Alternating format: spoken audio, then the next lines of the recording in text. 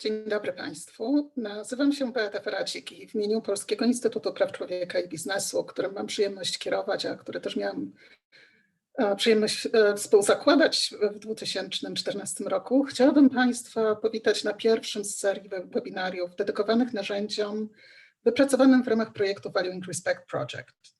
Na początek kilka technicznych szczegółów.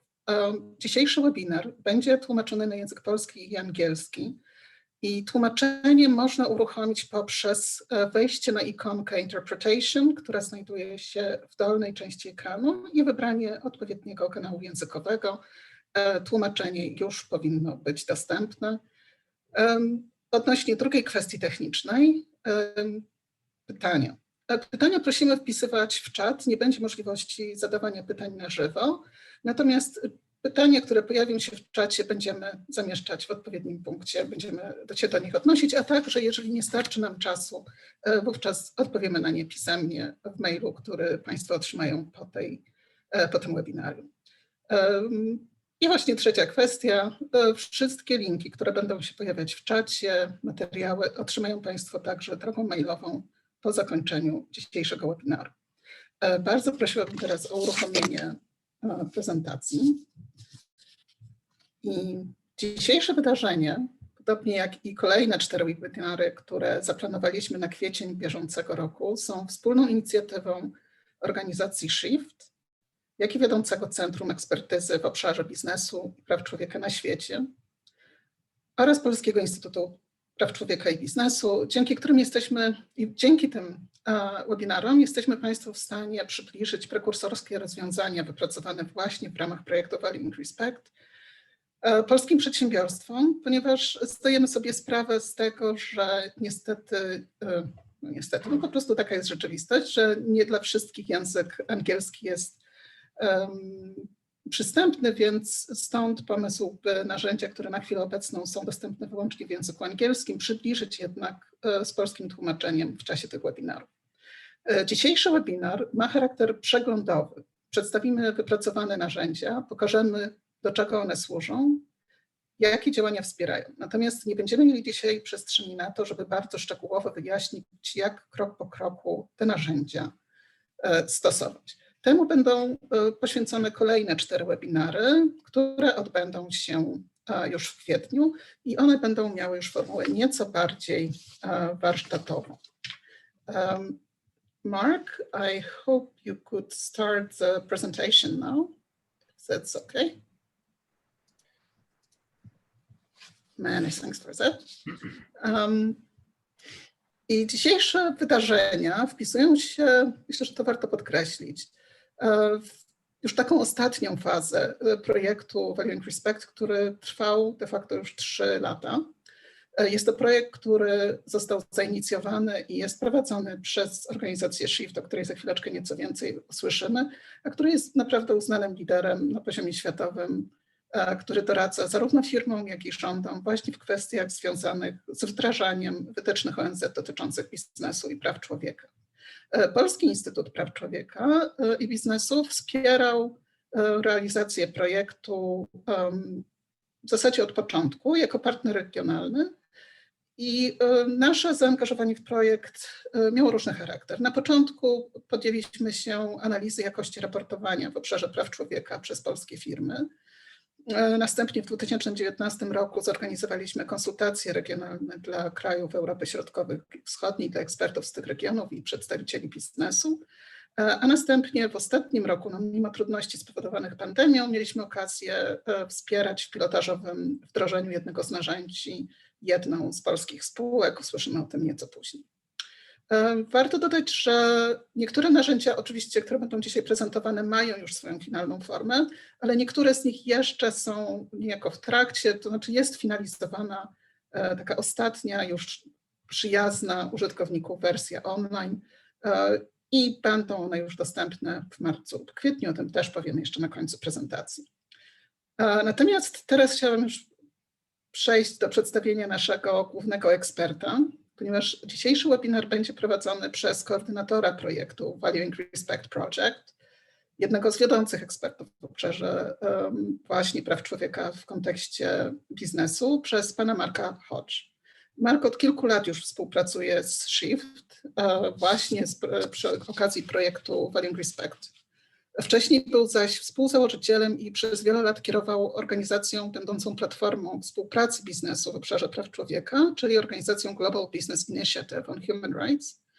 A aktualnie też oprócz projektu Valuing Respect jest zaangażowany jako senior advisor w projekt ONZ-owski UN Human Rights Business, Human Rights and Technology Project i jest także Technology and Human Rights Fellow na Uniwersytecie Harvarda w Carr Center.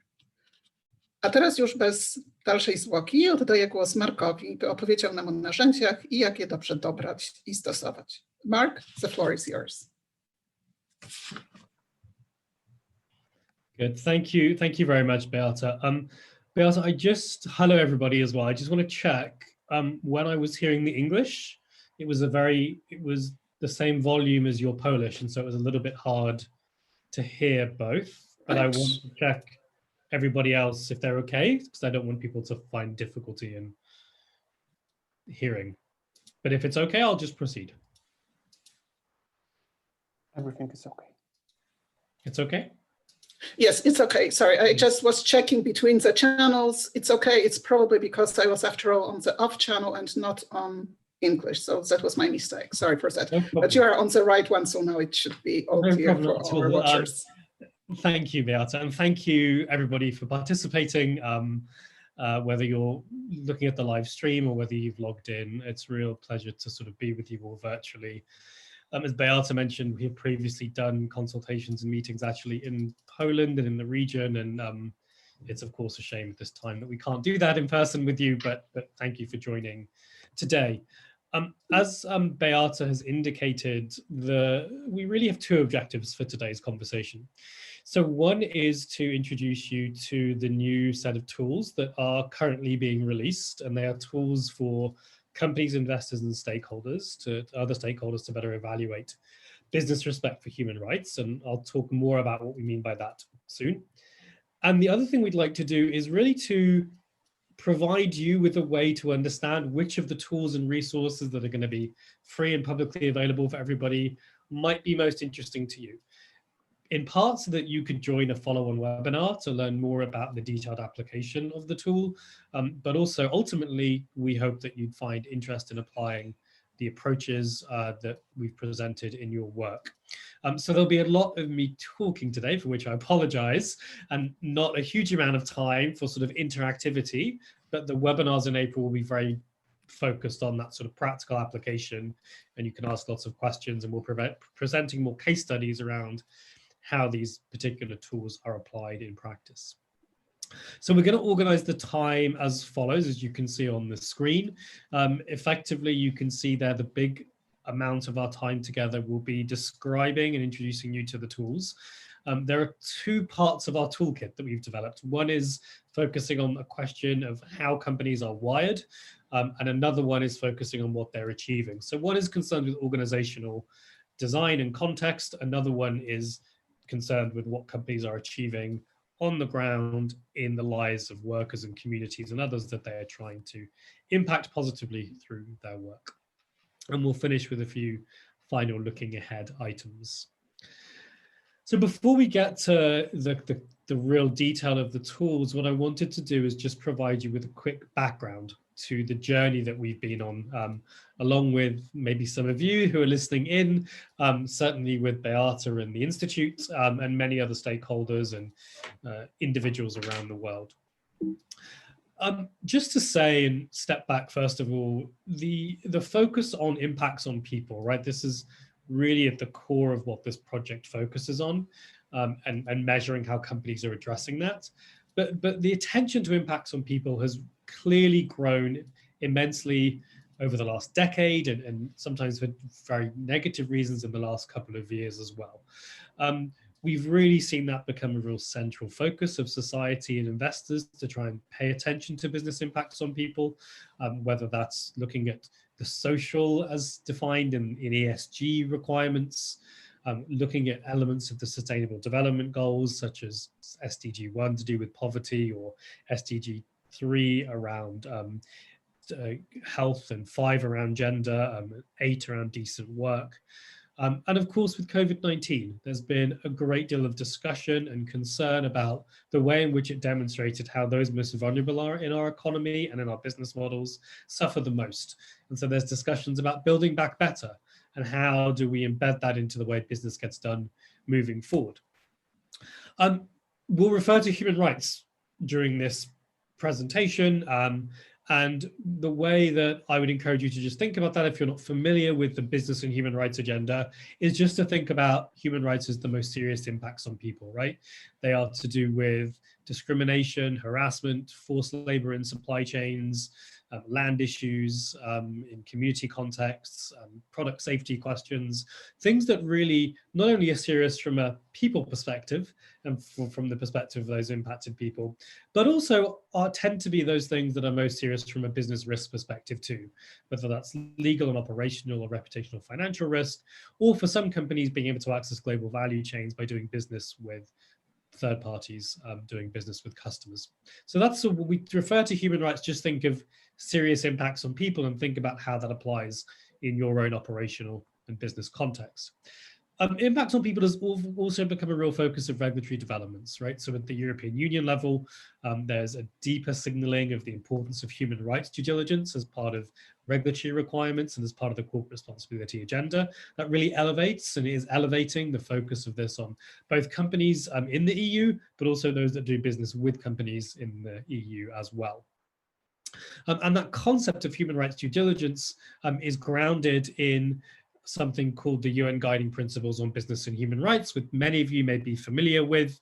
Essentially, what we wanted to do now is just reflect that the UN Guiding Principles are the normative backdrop of set of expectations that we have been thinking about as we proceed with this project, but it's really been also the framework in which a lot of companies are trying to address this challenge of better measurement. And within that, the second pillar of the UN Guiding Principles focuses on corporate responsibilities, and the concept of human rights due diligence is demonstrated there on the right-hand side of this diagram, where one is companies are expected to assess their impact on individuals and groups, to integrate and act on the findings of those assessments, to track the progress of how they're doing, and to communicate publicly and with stakeholders about that while engaging stakeholders. This due diligence wheel is at the heart of all of the things I described on the previous slide in terms of attention to preventing harm to people that can come from business activities. Now, what is very clear and what became a real impetus for this project was that this question of tracking, of measuring how effectively companies are acting on findings and achieving meaningful change in the lives of workers or communities or consumers, was really far behind in terms of maturity. And I'll talk more about that in a moment, but really that was the genesis of this project. And that is sort of the aspect of due diligence or the aspect of addressing harms that we're really focusing on in this project. When I say things were far behind and not mature, what we really recognized and what we were being told by NGOs, by company leaders themselves, by investors and others, was that actually the metrics we use for how companies address impacts on people lacked maturity and didn't offer a great deal of insight to folks with inside of business, but also those outside of companies as well. And that is problematic and a challenge, but it can have real impacts in terms of the way markets function. It can have a real impact on decision-making within companies and on the quality of disclosure. And so I'm going to talk a little bit more now about the Value and Respect project and our approach to dealing with this lack of maturity, but also then provide a bit more insight to the research as to what we found in terms of the detail of what was and is currently really the dominant way that metrics and indicators are used. Based on that background I just described, Shift over 3.5 years ago now, started developing a concept of a multi-year project called the Value and Respect Project, where we decided to work very collaboratively with different stakeholders in different geographies and different disciplines to really undertake research, to consult very deeply and widely, and to gradually crystallize new products and new ways of working, which we're really happy to be sharing with you today. You can see on the right-hand side there, the funders of the project funded this very generously for multiple years. And we, of course, partnered with the Polish Institute and many others in that journey. One of the very first things we did, just to skip back on that question of research you can see here, was to really get more data about the nature of the problem and the challenge. And what we found, based on looking at a number of environmental, social, and governance indices and benchmarks and ratings, as well as company disclosures, were that the types of indicators that were being used were were not helpful and not giving us a lot of insight. What really means is that of the information that we reviewed, a large volume, a vast majority of the information was looking at inputs and outputs and activities.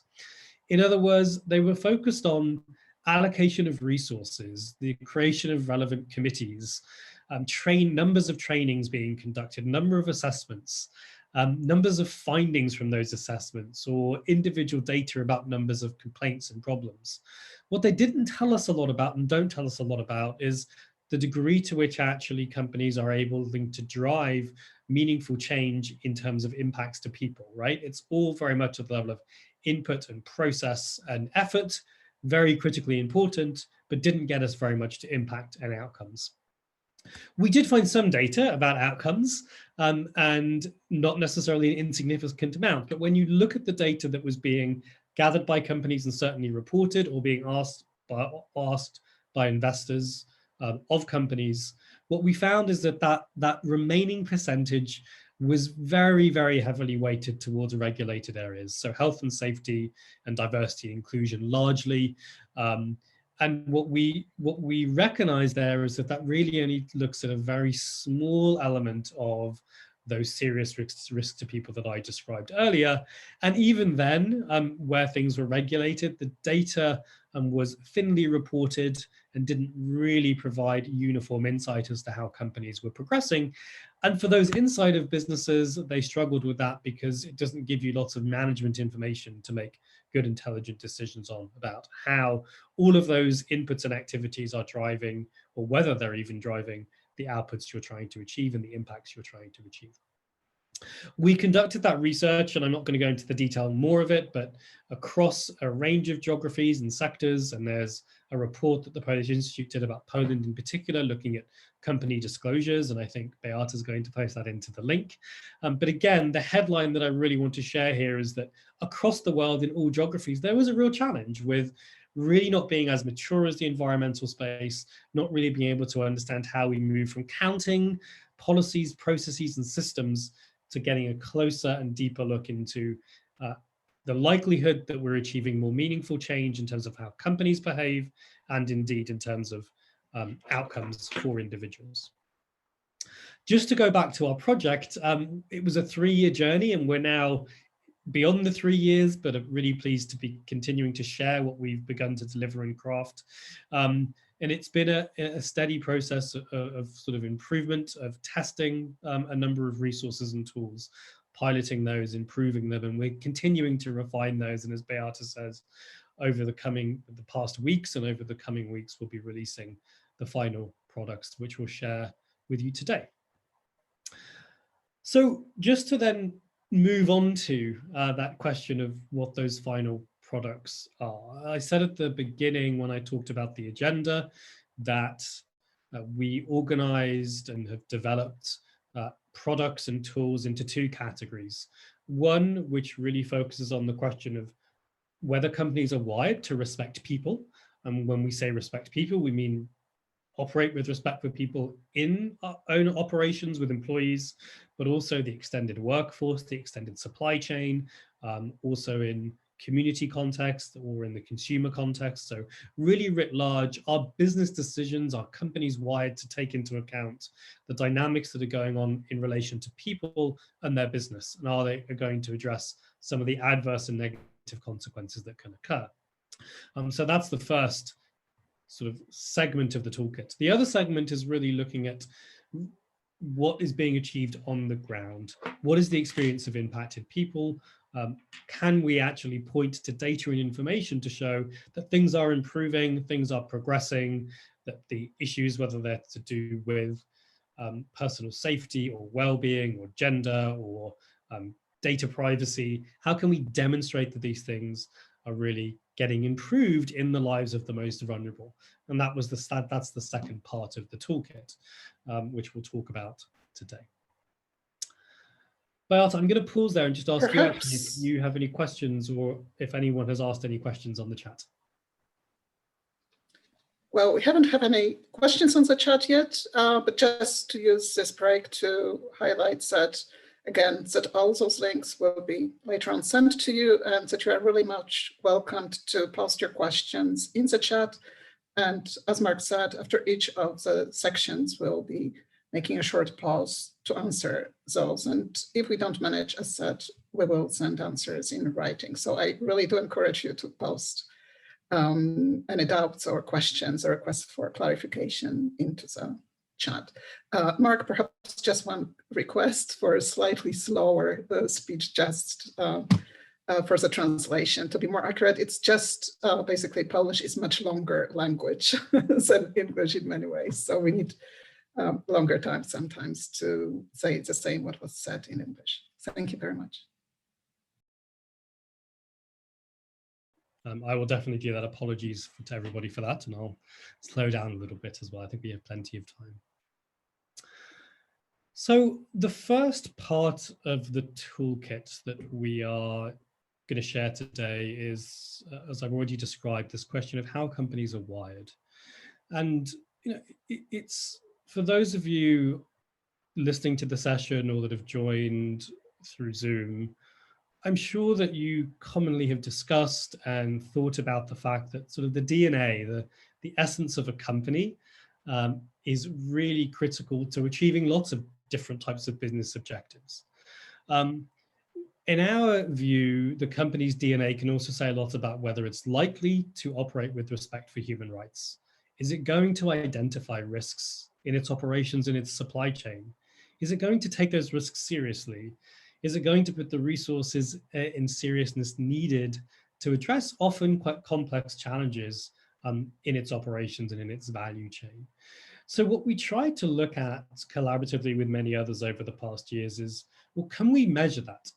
Can we find ways to get signals of whether the company's DNA is more or less aligned to the vision of respecting human rights, and whether it's constructed in ways that are likely to either increase risks to people or actually constructed in a way that is likely to mean the company is well positioned to address those risks.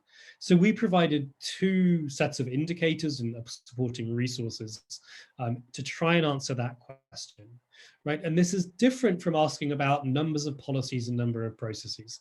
What this is about is looking at the real organizational fabric, and the organizational construct of a company to really get to grips with whether they are wired to respect people. And these resources that we'll share, run through each of them now, they're also designed certainly for business leaders, so individuals inside of companies, but also those outside of companies, financial institutions, so investors and lenders, civil society, and indeed regulators, looking to try and get a better evaluation and better understanding about company performance when it comes to respect for human rights. The first resource under this first part of the tool are business model red flags indicators. And what this resource is a set of indicators that are flagging features of business models that carry inherent and significant human rights risk. In other words, what is there that might be built into a company's very essence of how it creates value that might simultaneously be generating risks for individuals in its operations or indeed deeper in its supply chain.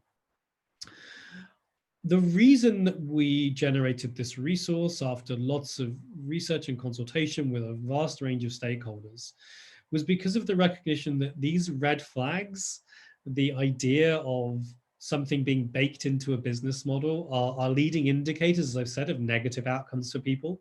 But if a company is trying to address these risks, then they can also be leading indicators of positive outcomes, right? So they provide signals, if used appropriately, as to whether the company is managing and addressing risk or not. The other reason we wanted to generate these is because the red flags talk about issues that are at a level that need to be addressed by executives in an organization. They cannot be dealt with by operational changes necessarily alone. What they need to have is senior executive engagement to interrogate a business model to understand what needs to be done to address any inherent risk. And a good concrete example that we often use here to describe the idea of a business model red flag is the situation of fast fashion, where the speed and desire to drive down price that is embedded into the proposition to provide low cost and fast fashion can generate incentive structures and business practices that necessarily drive down prices and put pressure deeper on the supply chain and on suppliers, such that they can't actually meet labor rights requirements, or indeed just pay workers a fair wage, or end up charging or having workers having to do a lot more overtime, right? So the business construct, the way it creates value, is embedding that risk and embedding certain practices that can cause harm. Our proposition here is not that those type of business model red flags therefore require those companies to not be in operation, or indeed that there may be, that there are not positive things that come from some of these business model features. Our proposition is that actually, by identifying these features, leaders and investors can actually then take action on them and recraft their business model in an appropriate way to mitigate that risk, or as they need to generate alternative models. The structure of this resource then offers 24 red flags, and we structure them across aspects to do with the company's value proposition. Another one, the other construct is related to the value chain. In other words, the business partners and how the company organizes its own value chain and structures its business relationships to generate value. And then aspects to do with cost and revenue and incentives and approaches that are put into there. So you can see here the 24 red flags. If you look at number 1, that was the example I just described around lowest cost goods or services in ways that put pressure on labor rights. What's important to say here, though, is that while I use the example of fast fashion, lowest cost goods or services in red flag number 1, is unlikely to be just pertinent to fast fashion. There are many, many industries where offering lowest cost goods can put pressure on labor rights in the supply chain. Similarly, if you look across these red flags, if you look at in the very right-hand column, the dynamics of automation at speed and scale applies to a whole range of industries. And increasingly, if you look in the middle column at the very bottom around data, using data in such that it creates privacy risks, that is certainly an issue for technology companies, but more widely now it's becoming such a critical issue for a whole range of companies. Underneath each of these individual red flags, we have a supporting resource. And so I'm going to just sort of jump out now, and you can hopefully still see my screen. Each of these supporting resources, this is what's available already online, is a detailed explanation of the red flag. You can see here some examples of sectors, some of the higher risk sectors, and also key questions for leaders to ask. So the idea is that the resource supports senior leaders interrogate whether their company might carry this inherent human rights risk, and to ask the right questions to try and spawn action.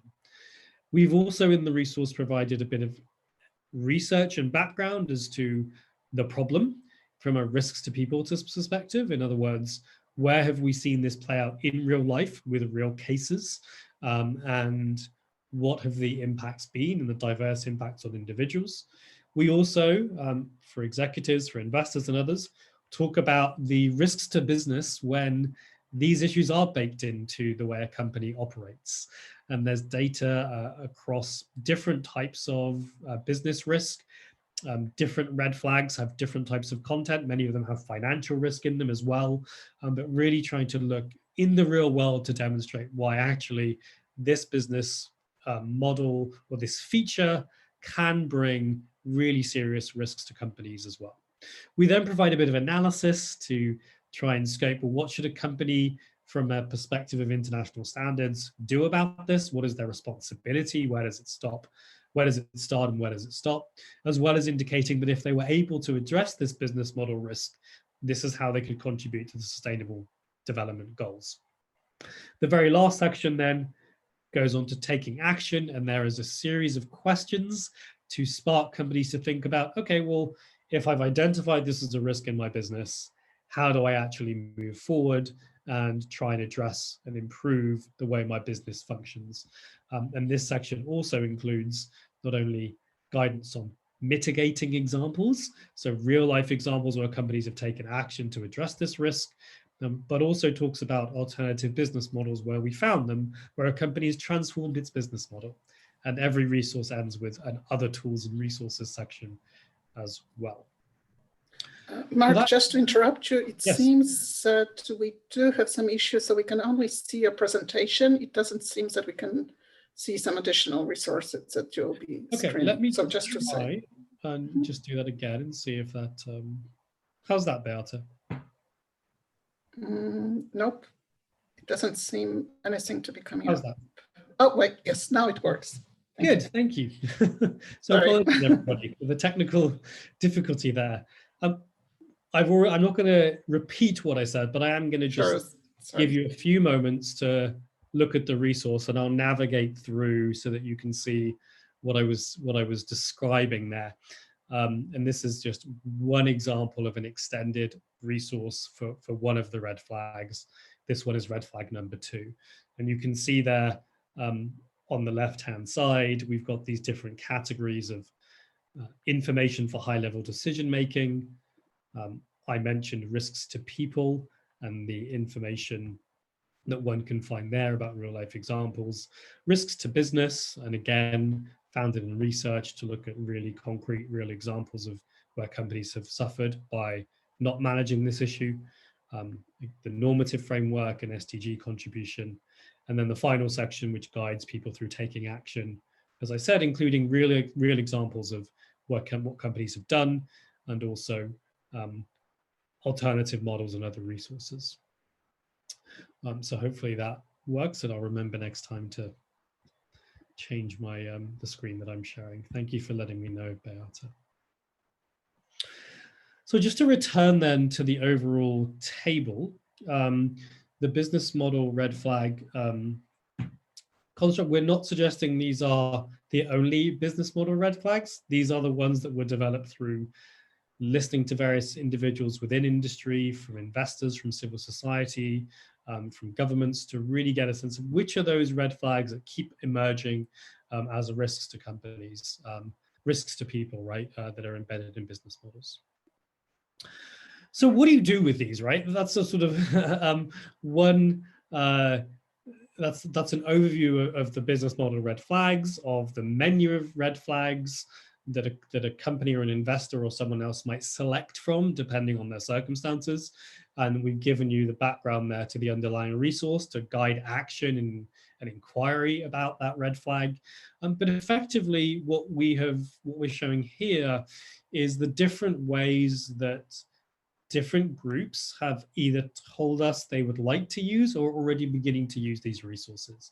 And in our follow-up webinar, which is on 20th of April, we'll provide some concrete examples. We can walk you through how to use this indicator set to get an insight as to whether a company is wired at the level of its business model to respect human rights, or indeed whether it's doing things to offset that risk, and therefore one can more confidently say that it is likely to be managing a number of risks across its operations and value chains. And you'll see here, I'm not going to go into every single use case, but there are different use cases for folks inside of companies versus outside of companies. I haven't included civil society or regulators on here, but we've had dialogues with those groups about their use of this particular resource as well. I'm going to hone in just briefly on the company practitioners piece and in the Q&A. If anybody wants to ask about other use cases, they can. But effectively, what the red flags serve a purpose to do is to help companies think about really their own risks. So traditionally, companies might look at the most common 3 to 4 issues tied to their industry. But the business model red flags really try and widen that lens to encourage companies to look not only at issues external to their operating context, but look at issues that are where the root cause exists with inside the company and with how the company operates and creates value. So it's trying to widen a lens of understanding of human rights risks. Companies can also look at business partners and say, well, we usually ask our business partners 4 or 5 of the same questions to do with maybe supply chain issue or labor rights issues, or maybe we might ask them about diversity or whether they have some policies. What if we could ask them more about whether they are addressing the fundamentals of their business that might generate risk? It can focus collective action. You know, we've heard that from companies as well, because business model dynamics are often common across an industry or a group of different companies. And so driving actually meaningful change around this can require collaboration among different entities and among different companies. So again, I'm going to sort of pause in a moment, but just to say that's a quick introduction, and hopefully, Beata, my pace was a little better, but a quick introduction to the red flags. And Beata, again, I'm happy to pause now, or I can move on to the second part of the first part of the toolkit, and then we could do questions. You let me know. Well, we do have one question, and I think that this question is, to be very, very valid also for all the next ones. So I guess it might be good to try to answer it right now. The question is, how does it apply? How is this tool applying to micro and small organizations? It seems to me that we are talking about corporate world. The description of the project's history also suggests to me that we are talking basically global corporations rather than, let's say, service providers with less than 500 employees. Yeah, thanks, Beth. That's really helpful. It's a great question. I mean, I think it's fair to say, and we should be upfront, that a large part of our stakeholder group and target when we started the project was large multinational corporations. However, we have begun to get input from a number of SMEs and smaller institutions around how this resource and other resources might focus their attention, right? So the advantage of a business model red flag focus is that it really gets to the heart of a company. And often it might be that a customer could begin to ask about some of these business model risks, or indeed that if a company an SME wants to look at some of those fundamental challenges in its business model, it might actually be able to address those. We also hear that for smaller enterprises, there's often a bigger opportunity to generate alternative models. So we see this a lot at the moment in the technology space, for example. We're seeing it around, messaging apps where, a certain messaging app might have a bad reputation from a privacy perspective.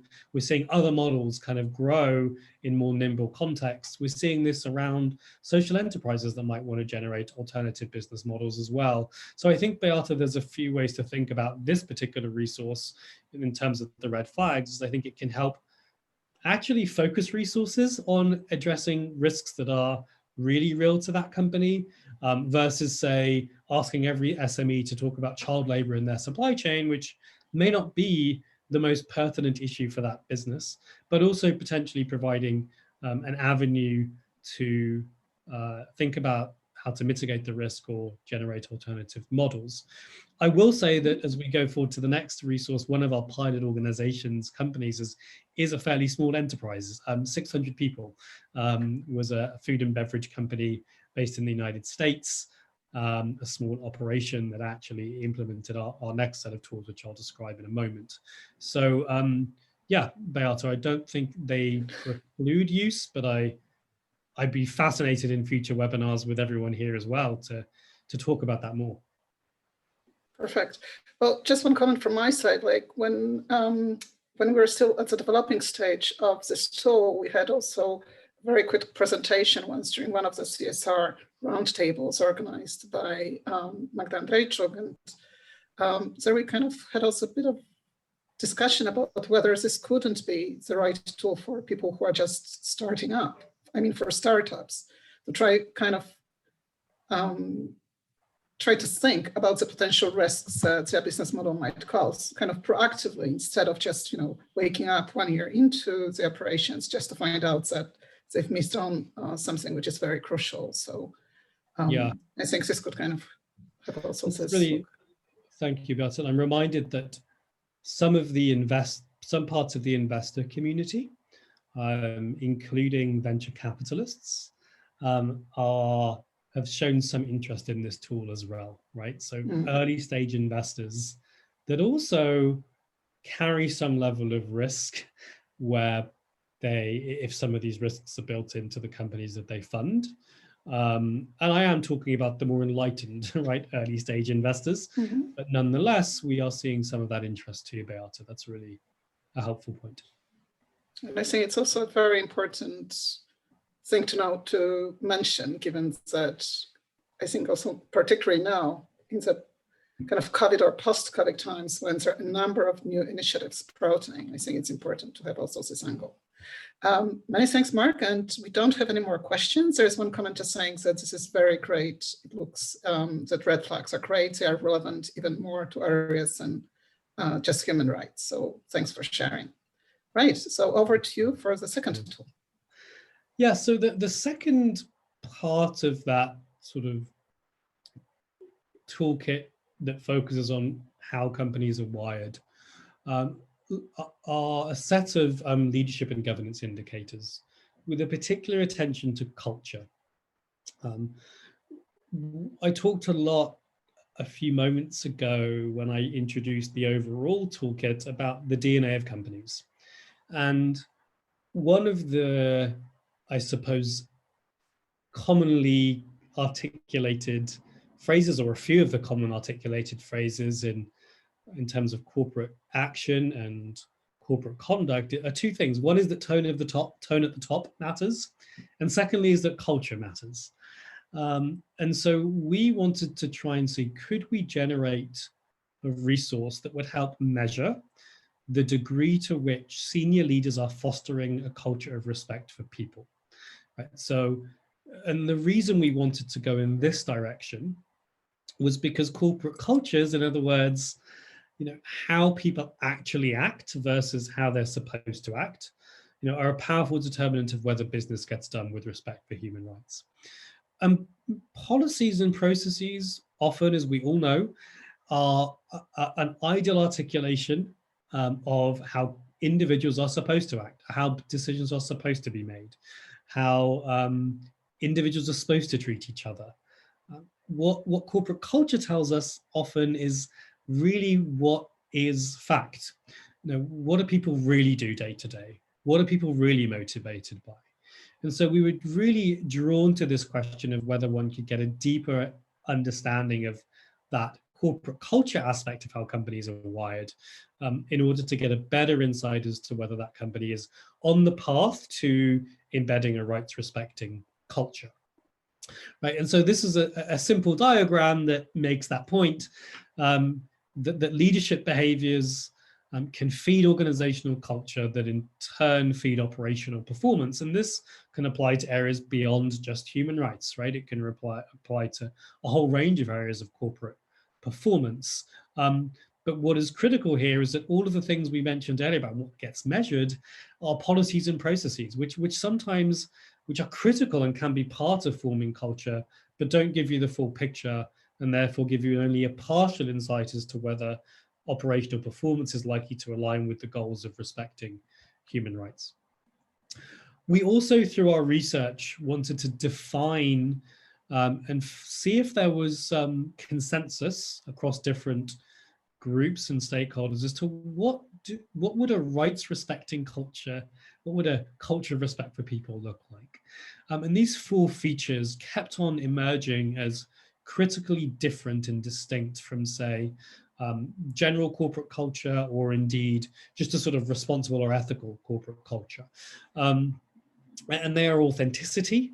In other words, are people's rights respected in a way that is consistent with what a company says it is committed to, especially when there are business pressures or tensions that might push us in another direction.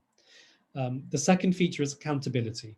Do people across the business really have a strong sense that they are empowered and feel responsible for driving respect for people into their own decisions? And is there accountability for when they don't do that? The third one is empathy. It's a really fundamental. Empathy is sort of introducing the idea that a lot of decisions that get made by certainly large companies, to a degree SMEs, but maybe less so. The decisions are impacting people that are often far away. They're different from us. They're in a different part of the world. They're in a different value chain, supply chain. Even within an organization, right? There can be very little empathy sometimes between the most senior members of the organization and the most junior, or indeed with contract workers that might be contingent or living under situations of precarious work. That's not to say that individuals in companies are bad or not, are lacking in that ability to think about those dynamics, but culture can either build empathy or it can undermine empathy. And that's a really critical piece we started looking to. And then learning. A fundamental aspect of respect for people, respect for human rights, is to actually go and find out where the problems are and to embrace challenges and to try and find solutions to those. And so learning felt like a really fundamental aspect and feature of a culture of respect for people. So after that, what we did is we said, well, what are those indicators at that leadership behavior level? What are the things we can look at that would signal a tone at the top that would be driving these types of features into an organizational culture?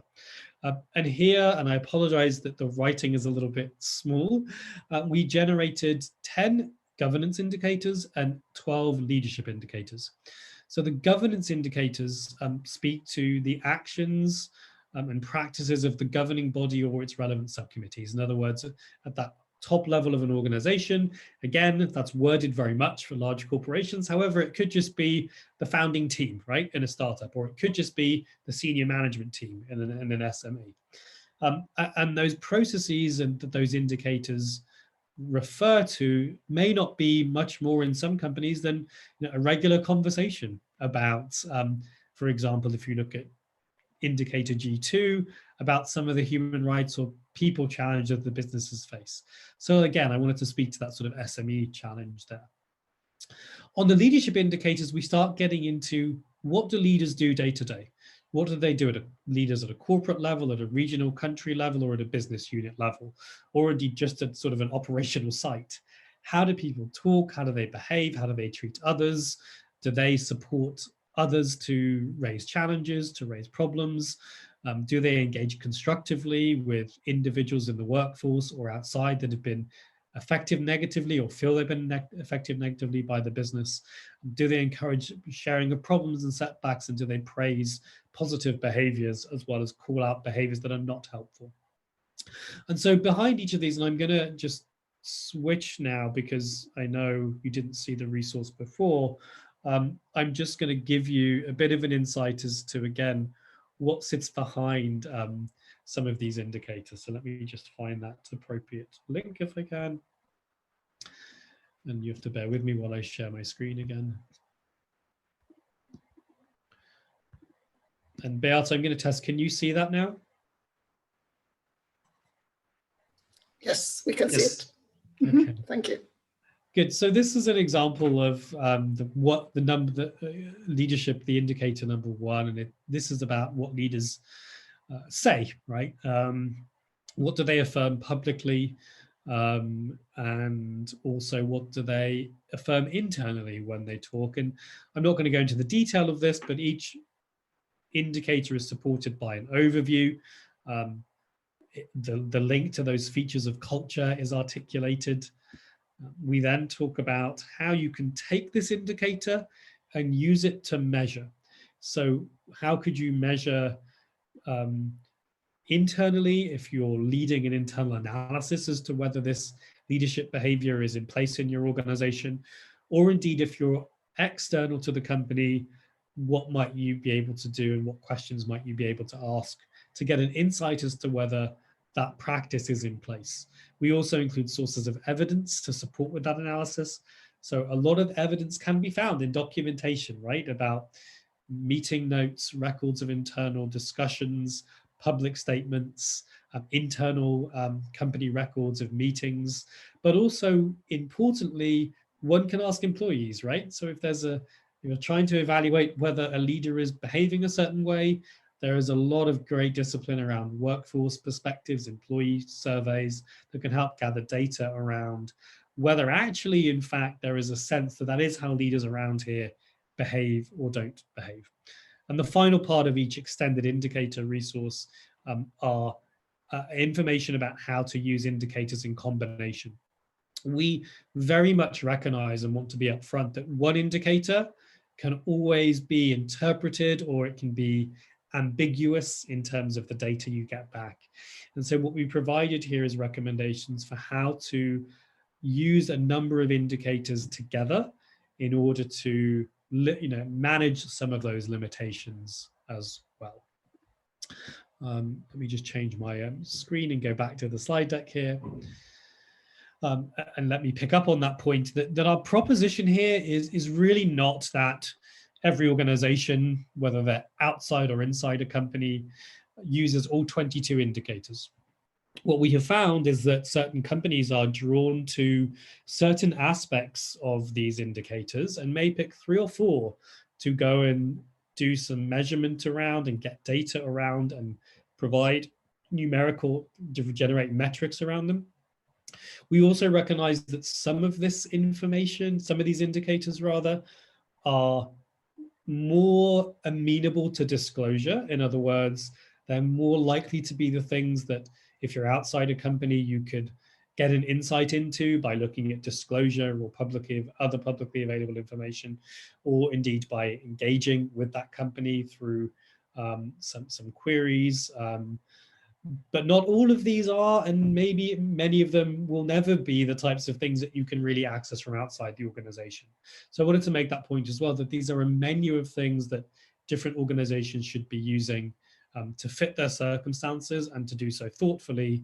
And our task is to make sure our guidance supports that use. Again, we've had extended discussions with a number of different stakeholders around how to apply these indicators and what is their perspective of what they might use them for. And that was an active discussion as we generated the indicators themselves, of course. Again, similar set of stakeholders here. I'll talk a bit about company practitioners, but happy to talk more about other use cases as well if people have questions. But effectively, we've already supported now 2 companies to pilot some analysis of their own organization with regards to the indicators or the underlying ideas of the indicators. And we are in the middle of actually completing some of the case studies around those.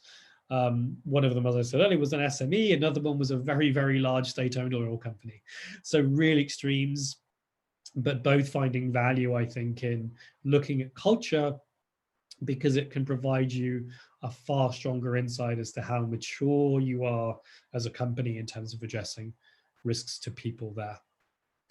There's also about the possibility of using this to look external to business partners, right? So if one is looking at a supplier, say a strategic supplier, or a joint venture partner, it is feasible for a company to try and say, well, we really want to understand more about your culture, not just about the policies and processes that you have on paper.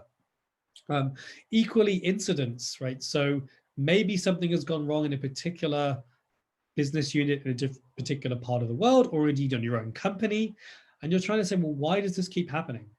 Is this something to do with our culture? Are we not identifying issues? Are we not allowing people to speak up about these issues? Are people ignoring problems?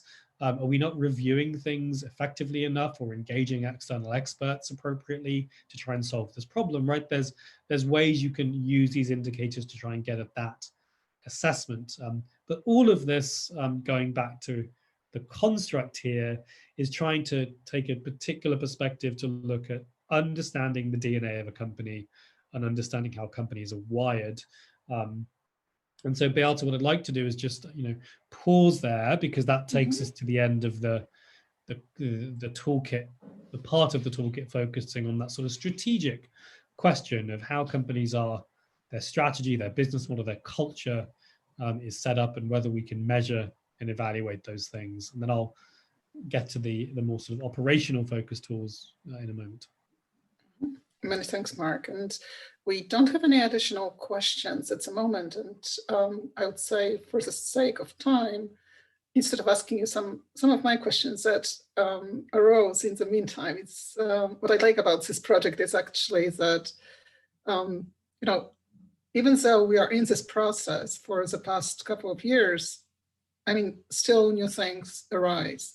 But I think it will be better for us just to go ahead with the presentation, given that we've just got 35 more minutes. And then we perhaps can dedicate a bit more time towards the end when our participants actually have a full overview of all the tools.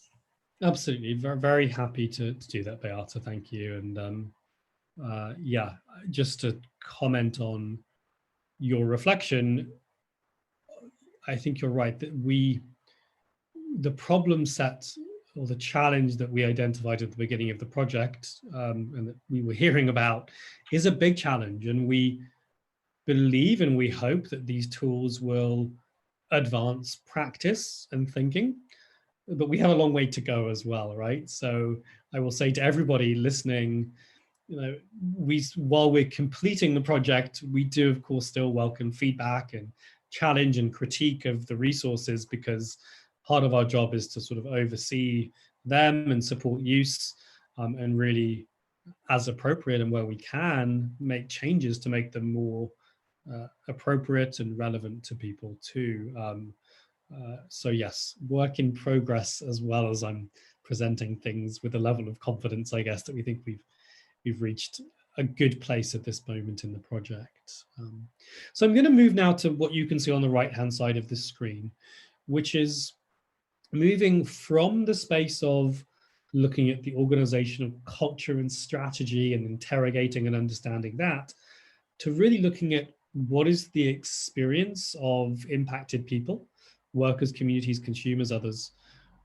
Are things changing in their world, in their lives, right? Again, we can have a lot of policies and processes and trainings, but are they really making a difference?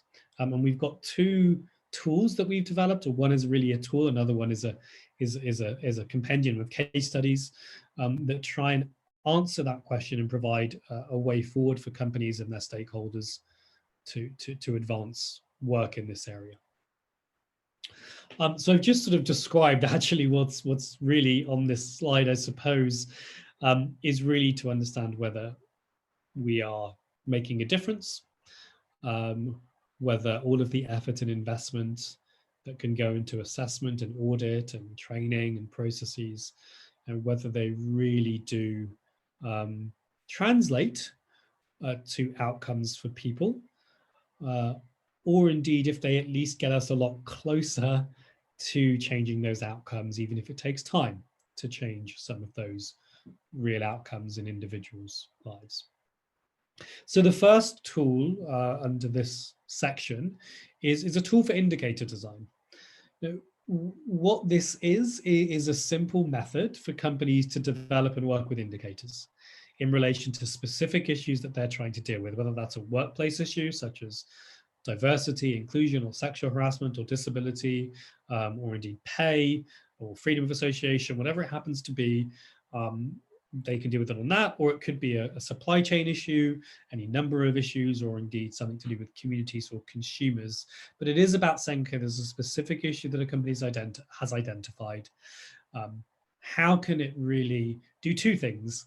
One, think robustly about how we are going to achieve outcomes, which is to go, encouraging companies to go beyond, well, we'll do some training and we believe that that will make a difference in the long run, right? So to stretch and encourage slightly more detailed thinking, but also on the back of that thinking, to use that logic to be able to define indicators and to understand what to measure that again takes us beyond the more common aspects of what gets measured when we talk about corporate programs and efforts. And why are we doing this? I mean, we decided to go down the route of developing this tool because we thought that the challenge was not coming up with, the temptation when we're looking for better indicators is to define new indicators and tell everybody to use the same indicator in every context. What we think actually is more powerful is if companies find credible processes and legitimate ways of developing their indicators that are relevant to them as a company and their operating context. And so what we wanted to do is create new ways of thinking that focus on whether we're achieving outcomes versus provide generic outcome indicators, which are only ever going to approximate the reality a company is facing. We also wanted to build on the experience of monitoring, evaluation, and learning from the international development field and not-for-profit and public policy fields. But a lot of what companies are now called on to do as part of their responsibility when they address risks to people is really to sort of take on board a lot of the approaches that many in other fields have looked at a lot. And we recognize that the question of how you monitor and track impact is not a question that is new to many other fields, even though it is a bit newer to the responsible business field. We also developed this tool because company practitioners just wanted a really simple management tool to aid with indicator design. They wanted a way of thinking about this, not so they could do it just once off around one specific issue, but that they could then replicate that and it could become a way of working inside their organization.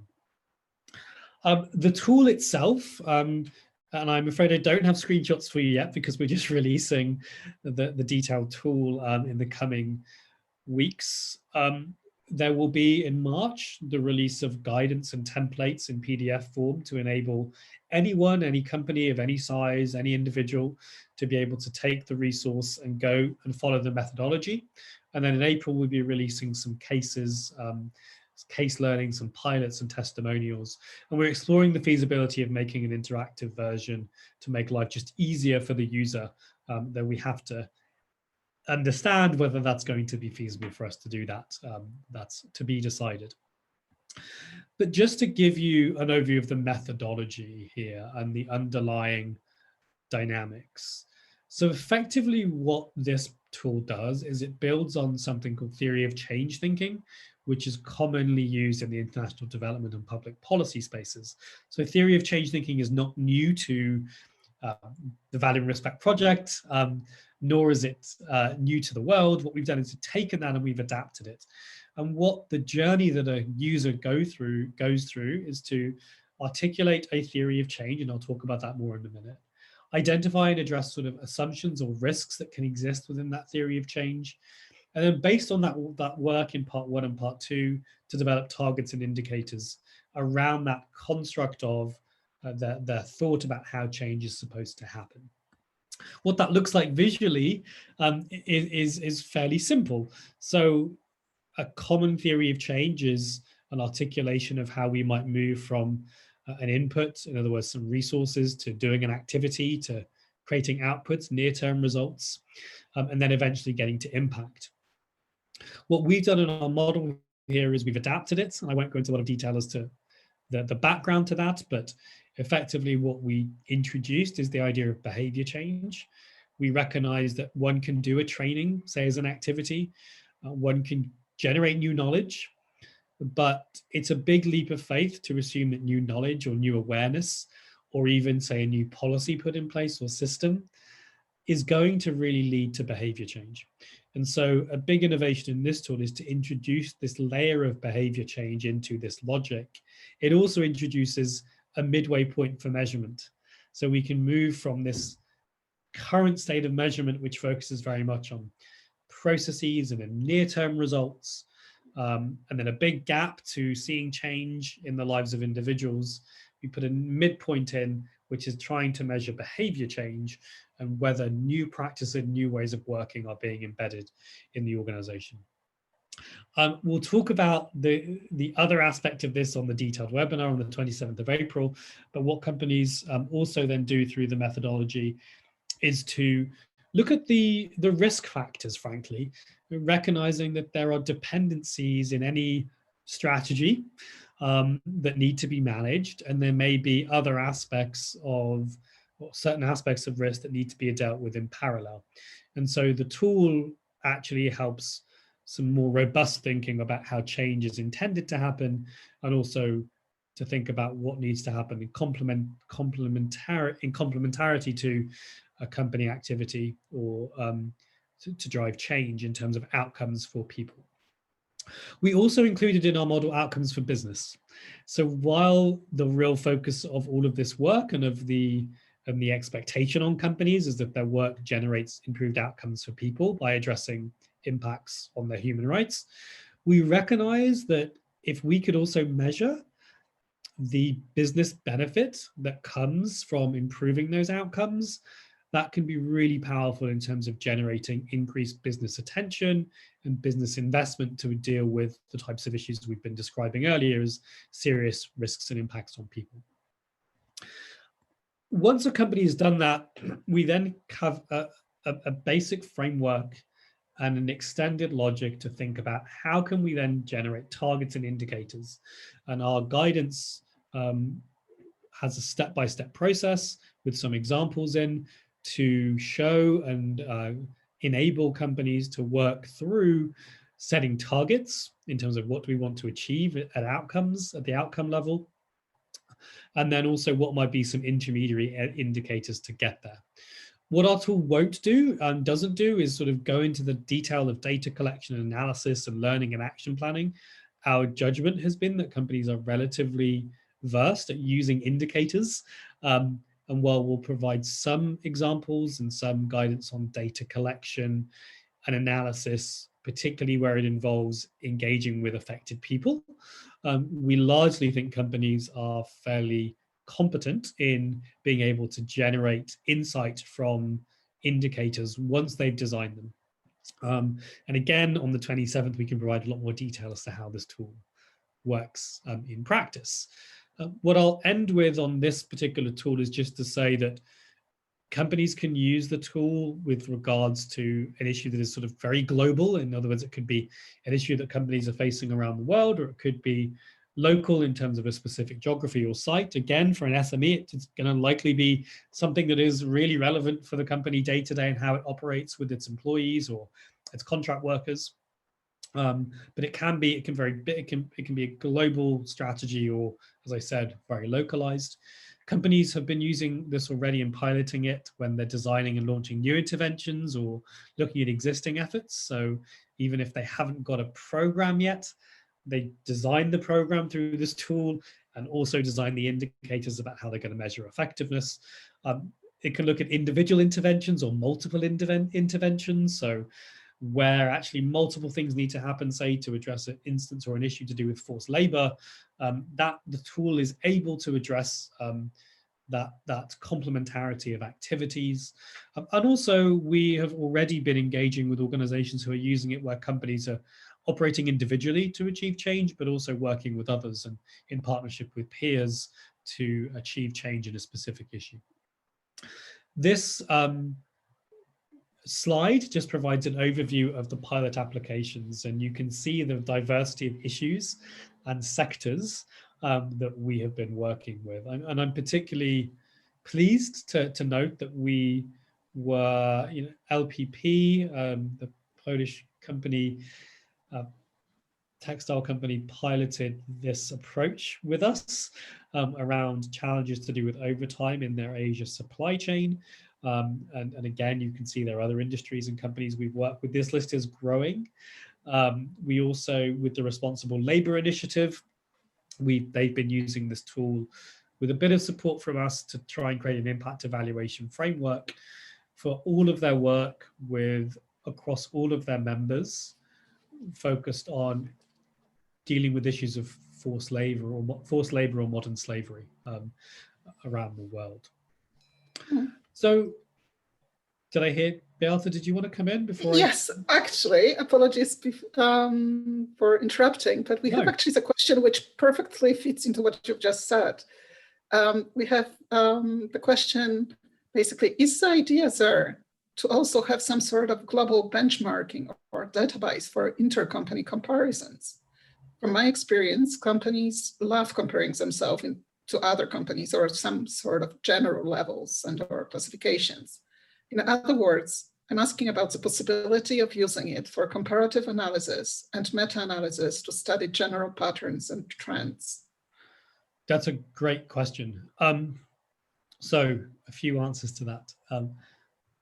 We think that, just to go back to one of the earlier tools, already some of the leadership and governance indicators that I described earlier have already begun to be looked at and at times integrated into benchmarking tools. And I think that those indicators, some of them are very much the type of indicators that could feed into benchmarking, whether that's within a large company that wants to look at business units, or indeed if investors or third parties want to benchmark companies in a sector or across sectors. So that's part of the response to that question. The other thing is that where, for example, in the Responsible Labour Initiative approach, there is potential, we don't know, that work hasn't been completed, but there is potential, right, that and likelihood that the indicators that initiative generates will then be the types of indicators that everybody can feed into. That may not be, and everyone can also, potentially internally report to, in this instance, the Responsible Labour Initiative, and potentially disclose. This tool itself is, we're not aiming to drive one common set of indicators, for part of the reason I described earlier. What I do think we might see over time is, as more and more companies use these types of tools around similar types of issues, we might find a lot more sharing about indicators that different companies use. And we may well find a small number of indicators, for example, around forced labor, that take us beyond policy and processes or numbers of trainings or assessments, and that a number of companies might be able to want to benchmark each other against. So I think it's a great question. We wanted to start with generating, in this specific example, a tool that would help operationally practitioners generate meaningful data to inform decision making. It may be that over time this resource does feed into, and the lessons companies learn feeds into benchmarking and benchmarks. But again, that earlier tool, and I think all of these in some ways could be used over time in that way. So I don't know if I answered that person's question, but it's a great question, and happy to pick it up offline afterwards with that individual as well. Perfect. I'll make sure to put you two in touch. And perhaps just one comment before we move to the next. Sure. And the last tool, it's basically what I found very interesting when kind of going through the pilot is that actually, thanks to going through your assumptions, you actually can identify that in order to solve the problem which you want to solve kind of from the start, you identify some other issues that you need to tackle first before you actually will be able to address the question of which you thought at the very beginning. So I think that's also a very important point. So many thanks. That's a really important point, Beata. And the way, one of the advantages of that is that it can really help with resource efficiency, right? So if you've generated a program of work and a new initiative, and yet one hasn't really interrogated whether something else needs to happen first, whether you need to put some other condition in place, you can end up trying to drive change and putting a lot of effort, sometimes millions of dollars, into a program to try and deal with, say,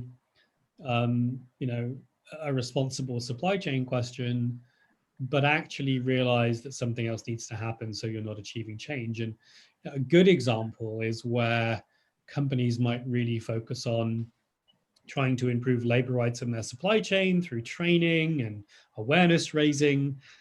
And yet in parallel, maybe their buying department, right, is undermining the ability of suppliers to actually operate in the way that your own company is requesting them to do. And that really undercuts effectiveness. It's not a good use of resources. So, Belt, I think it's really helpful to the point you've made that part of this process also should help with better resource allocation. You want to put money into what works and what's actually making a difference or more likely to make a difference. Good. Many thanks. So the last tool I want to share, and I'm conscious of time, but I think we're doing okay, is the fourth tool is focused on the question of the quality of relationships between companies and affected stakeholders. And this again is focused on targeting the question of whether company action is making a difference. And what this resource will do is provide some case studies and what we call instructive method notes for companies to really understand ways of measuring relationship and measuring the quality of that relationship between the company and, say, its employees, the company and its supply chain workers, or between managers and supervisors and workers, between companies and communities, etc. It can be any configuration of relationship. And this resource, as we generated this resource because we kept on hearing that relationships matter. On the one hand, stakeholder engagement is fundamental to a lot of company approaches and certainly fundamental to due diligence as set up by the UN guiding principles. But stopping at process metrics really misses the point because we don't really understand whether relationship, the goal of having those stakeholder engagement processes, whether the relationship is improving or not. And so we don't get insight, and we don't know if community meetings or worker engagement approaches are really making a difference in the nature of relationship. The other thing is that looking at relationships and quality of relationships can also give you another insight into culture. So earlier I described the leadership and governance, the tone at the top can give you an insight into culture and how people are really behaving. But another thing that can give you insight is you can ask the most vulnerable individuals what their experience is, right, of how they're being treated by an immediate manager, or indeed by, say, a plant manager at an operational site, a plantation, or indeed a mine site, for example. And the third reason is that what individuals feel about their relationship matters, and it's a fundamental part of their ability to feel respected or their sense of feeling respected. Do individuals feel they have agency? Do they trust people? Do they feel they're being treated with fairly? Right, we can refer to international human rights norms as a set of standards, but there is a lot of human rights which is about my own sense of dignity, my own sense of worth, and my own sense of agency to be able to address issues when I come up against challenges or when I'm mistreated, and my ability to thrive. And a lot of that hinges on how I'm treated by those who I work for or somehow are impacting my day-to-day and their decisions, and whether I can engage with them. So this relationship piece has sort of been fundamental to a lot of what we've looked at. Again, well, I've got a few screenshots I can show you because we've released some of the resources here, but effectively what this tool will do is provide a compendium of a small report and then some case studies and what we call method notes to show how different organizations, different companies have been measuring relationship and measuring different aspects of relationship. And so we've got there 3 case studies, one from a mining company, one from an electronics company, another one from PMI, the tobacco company, and then a number of method notes, as you can see on the lower part of the slide, to really talk about tools and they're short guidance notes that'll be 2 to 3 pages long. So a company can look at an approach and say, well, maybe I can apply this or learn more about how I might apply this particular method in measuring relationship, in measuring relationships that matter with regards to addressing risks to people. So Beata, that is all I wanted to say on that one. I know we have a few next steps to go through, and I'm happy to answer questions. Again, you will, there's a bit less on the last 2 resources, but certainly by April, we'll have a lot more to share and be able to send people in advance the guidance documents and materials, and get a lot more into the detail of the indicator tool and this approach to measuring relationships as well. Many thanks, Mark. And we don't seem to have any questions right now, but I think there is also really a lot to digest. And wait, we'll get somebody probably asking a question soon. But just to say that at least from our perspective, when we started to be part of the project, together with some other colleagues from other countries, like from South Africa or from Hong Kong and so on, it just all seemed very elusive. And I do remember the first consultations with a number of stakeholders, indeed, main representatives from the big organizations, from the major NGOs recognized globally, when we all kind of wondered, how do we actually capture something which is so elusive as respect? And I do remember also those discussions about that, well, you cannot, given the nature of human rights, it's basically you cannot just provide a checklist simply because the same right will be totally differently implemented in a different countries, given the local culture, given the local context, sometimes just even environmental conditions. And I have to say that I'm myself very surprised that it actually took a very tangible form, even compared to 2019, when some of the, let's say, midway or interim consultations took place, and also when we had the feedback from the Polish participants saying that while business red flags kind of seem relatively tangible and usable, like, for example, leadership and governance indicators seem to be still very elusive. And right now, they actually kind of reach the stage of being very concrete lists of issues that basically you can go through very relatively quickly through, right? And I just wanted to say that even for me, being involved in the process, certainly to lesser extent than yourself, it's actually quite impressive how long it takes to develop something which is concrete, but then which is later a very easy tool to use by the company, because this company doesn't have to start this whole process by itself. So I have to say that I'm really hopeful that actually companies will start using those tools, because what we are constantly coming across also in our work with companies is that there is this misalignment between the policies and the reality on the ground, between the intentions and what's coming out of it. And I mean, even one of our recent examples is that the company had a totally very good intention of boosting workers' morale, but then the way it was implemented, it just resulted in a huge resentment, and to be fair, also some indirect discrimination.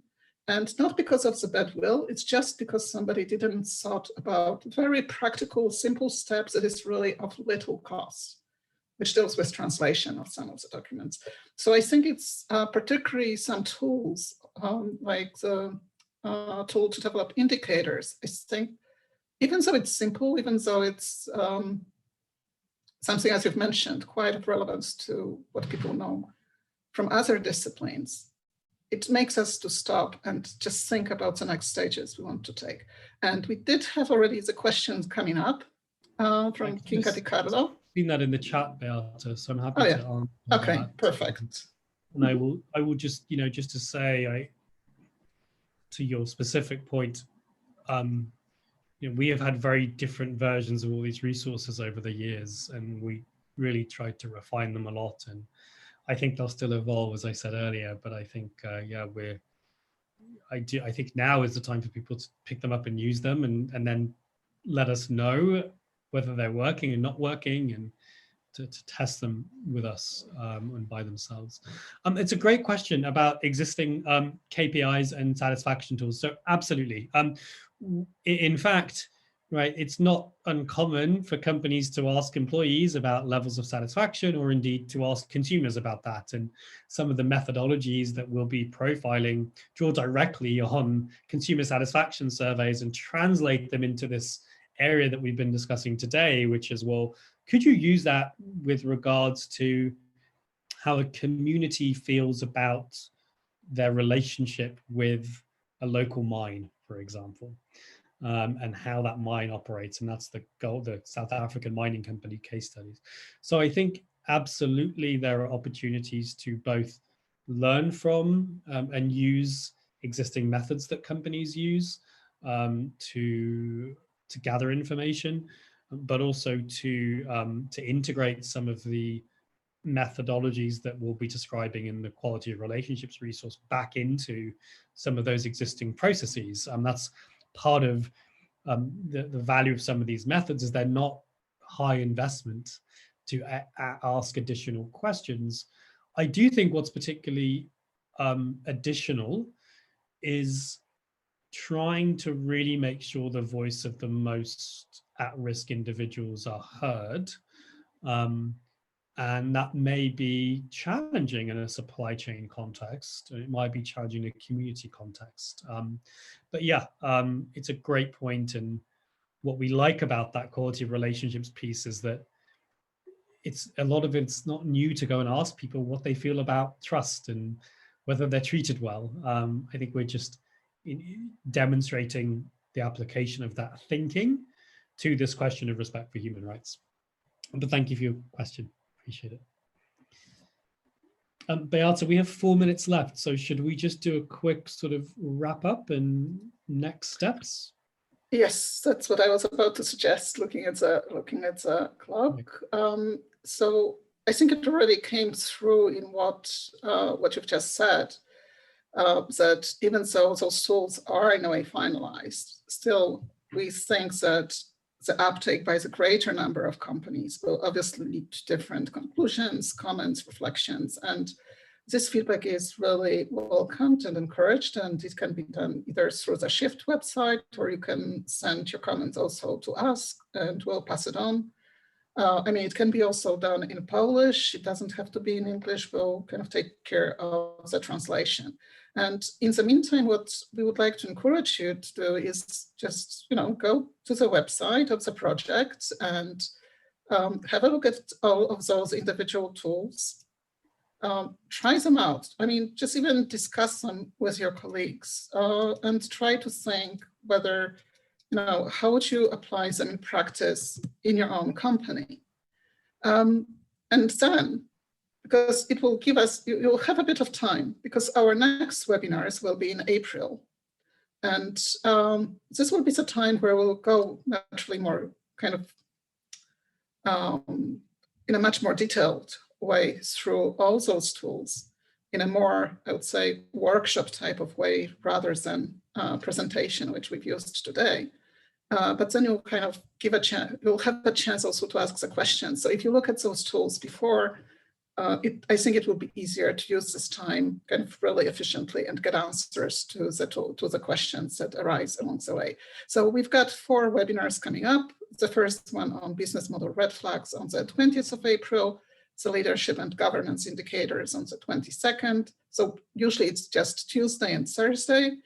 And then indicator design tool, 27th of April, and quality of relationships on the 29th. They are all at 3 p.m. They are meant to last about an hour. We are looking into the possibility of having them translated into Polish as well.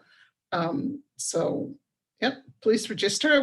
We have posted the link several times in the chat, but we'll send it to you as well in the email.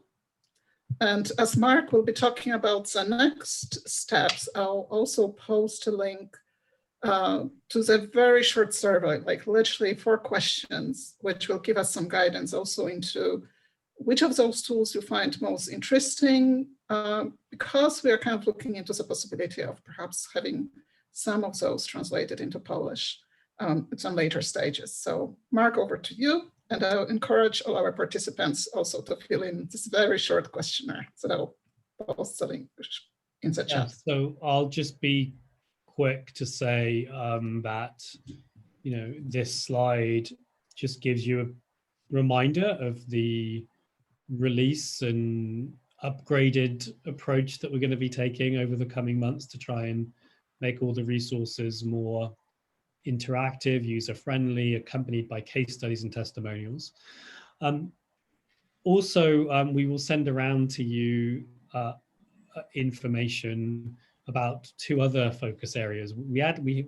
Four areas apparently wasn't enough for us, so we've also launched from this project 2 other initiatives. One is about the accountancy world and looking at how we can change accounting structures to better value respect for people. And the other one is we've run some behavioral science experiments looking at how you measure behavior change. And again, we can share some of those with you too, but they're very much initiatives that have been spawned by this current approach and by this project. And let me just end by saying thank you for listening to me for a long time. And I apologize if I didn't speak at a pace that aided translation. But yeah, just really pleased to see interest and notice interest in the work, and look forward to engaging with all of you, I hope, in the coming months. Well, let me also thank you, Mark, for this very extensive presentation. And also let me thank all of our participants, but not the least also to our interpreter, Mr. Tomasz Jasiński, who was today as a sole person to do all the translations. So I'm really full of admiration for your work, and thank you for supporting us today as well. Well, we are at the end of our time, so I would like to thank you all again for your participation. Thank you for your questions. I encourage you to go into all the links. We'll send also additional information in the email that will follow in the next couple of days. Thank you very much. And also thank you to the whole technical support team, which is so often overlooked. And it's not because I've overlooked them, it's just that I treat them as part of the Polish Institute because we've worked for a quite long time together. So I don't even think of them as a separate unit. So thank you very much as well.